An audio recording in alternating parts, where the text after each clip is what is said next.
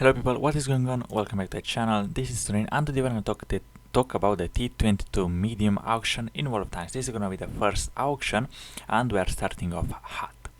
Why is that? Because the minimum bid of the tank is going to be 15 million credits. It's going to be a credit auctions which is going to last pretty much like 12 hours I guess, so everyone can take part in this. Even if you are working 8 hours, 10 hours and so on and so forth.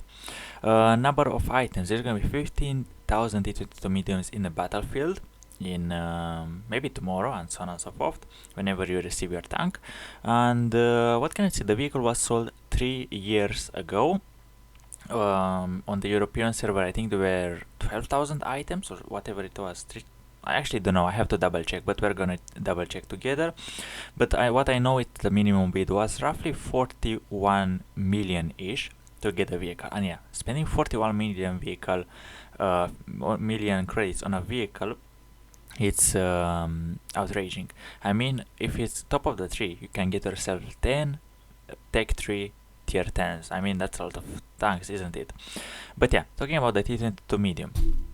There are 50,000 items, which basically means now that all the whales spend their absurd amount of money, like 40 plus million, like I think Cookie Baby spent 70 million, others spent even 100 million to get this vehicle. Now actually the price could go down because the whales already have this tank, which means now players are bidding more of an acceptable number. Probably it's gonna go around 30 million, but obviously once 15,000 players are gonna bid for it, it's gonna show number of participants, and the competitive bid is gonna be right in the middle, which means you want to bid slightly above the competitive bid and make sure you are out here to the last minutes of this, so you want to make sure that you are spending the best what you can.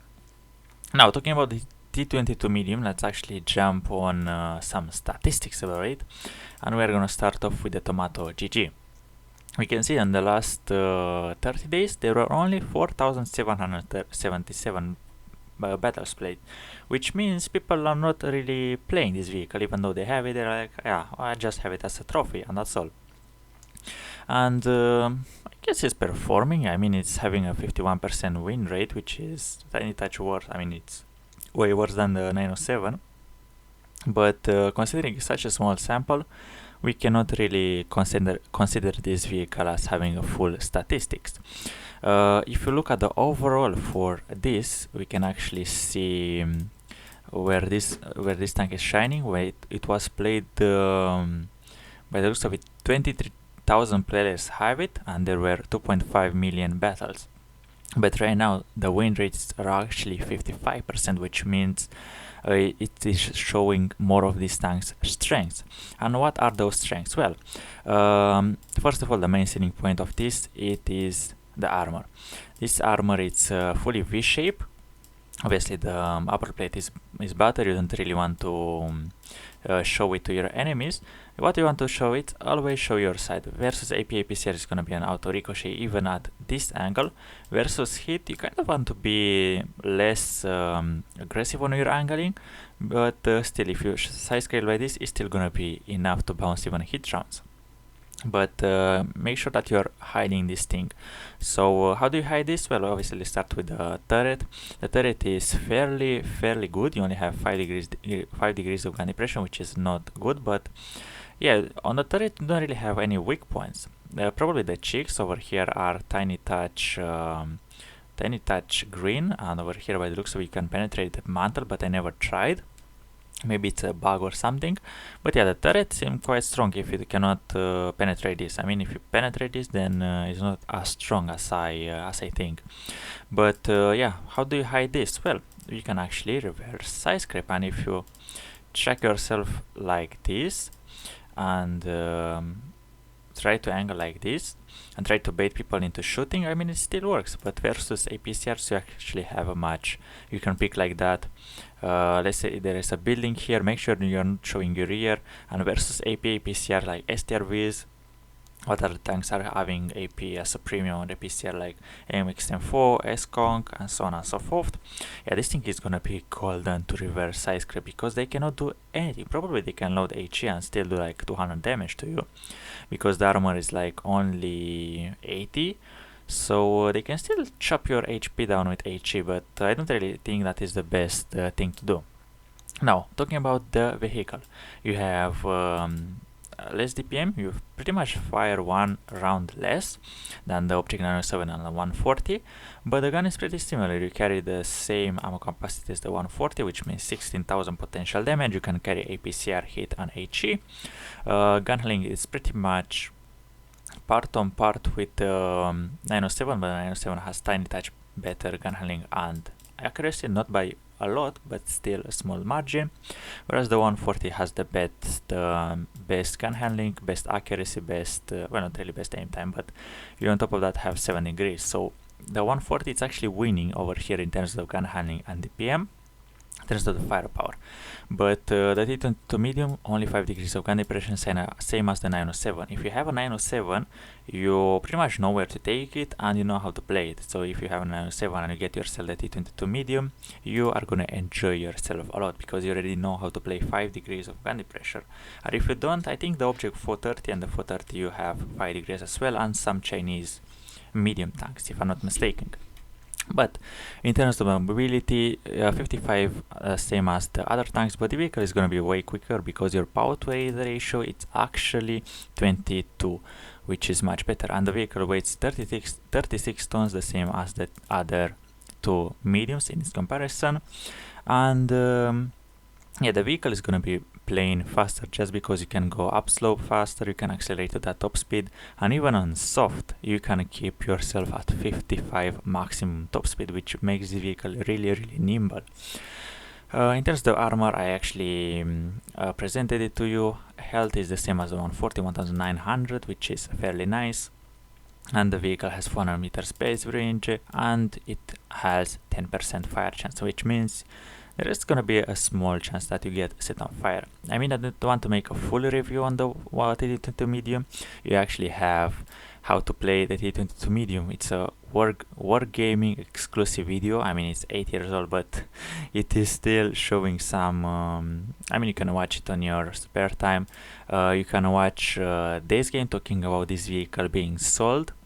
And as you can see, 8th of March 2021, the auctions were from, I think it was like on 7th, and we can actually check down in the comment section, and some guy says I won it with 41 million plus credit, and someone lost with 41,150, which is just on the edge. And but some people were actually saying that someone said he won with 35 million, probably he is either lying or the other way was lying.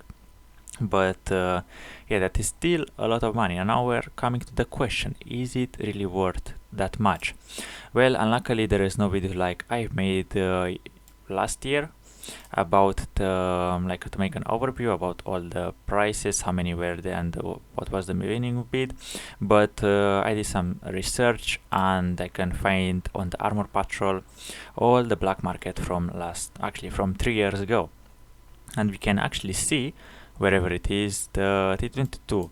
It was an auction starting with 15 million credits, but it doesn't say, as I mentioned, there is no video saying how many were there.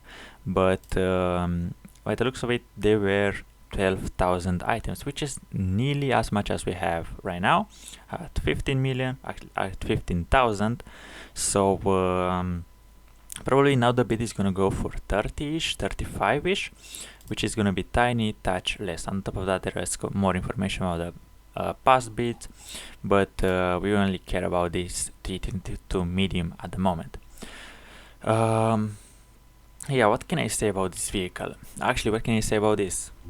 Is it worth your silver? I mean, if you're actually a tank collector, I mean, and if you're just playing the game like 3-4 hours a day daily and losing like 35-40 million credits, doesn't mean much to you because you can just get them back in, let's say, 50 hours of gameplay with tier 8 premium, with premium account, and 100% credit boosting. Actually, where is the credit boosting? I actually don't know where it is. I actually, where is it? I actually forgot how to activate boosters. Can you believe that? Okay, but there are 100% credit boosters though. Is it really gonna worth the price? Spending the same amount of credits you'll spend on 10 medium, on 10 tanks, tier 10 tanks especially, whenever they are top of the tree, it is really the question that you should answer yourself. For me, if actually he's not opening up the store, fine. I'm actually gonna bid all my money, like 20 million, because I feel like 20 million is a good price that I can afford. Other more than that, I don't really feel like I'm is really worth it, because for the moment I don't really need the tank. If I'll get it, probably I'll play like 1-2 battles and then I'll be like, hey, I just have it, I'll just put it aside and never play it again, which that happened with most of the people, because it just saw in 30 days only 2000 something battles, or actually was it 5000 battles, let's say around 5000, which basically means around 200 battles a day, I guess, which is not a lot. Just think about, there were like 8 or 9 per hour, something like that. But yeah, not really nice, considering you spend so many credits. You got yourself like a bid that once you, as I mentioned earlier, actually if you sell tanks you have to pay a 10% extra fee. If you sell equipment, it's going to be pretty much free, but considering you are selling your tanks, you just have to grind to get them back and to pay an extra fee just to get yourself an, well, let's say the T-22 is gonna worth it just because the tank is overpowered in the hands of a good player, and the armor is just storage. But that is all about that. Now about there was only one thing that I had to mention, guys. Keep in mind that the assembly shop, it is just around the corner, and if we go back to this and we check the assembly shop, we can see last year pretty much the same dates. In February, looks like actually looks like in February there was the assembly shop, and over there you still need to spend like 100 million credits to get yourself a tank, or you can spend gold.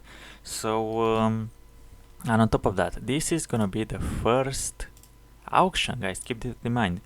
This is gonna be silver. Probably tomorrow is gonna be gold and silver again. So let's say there are still gonna be 2 more silver auctions.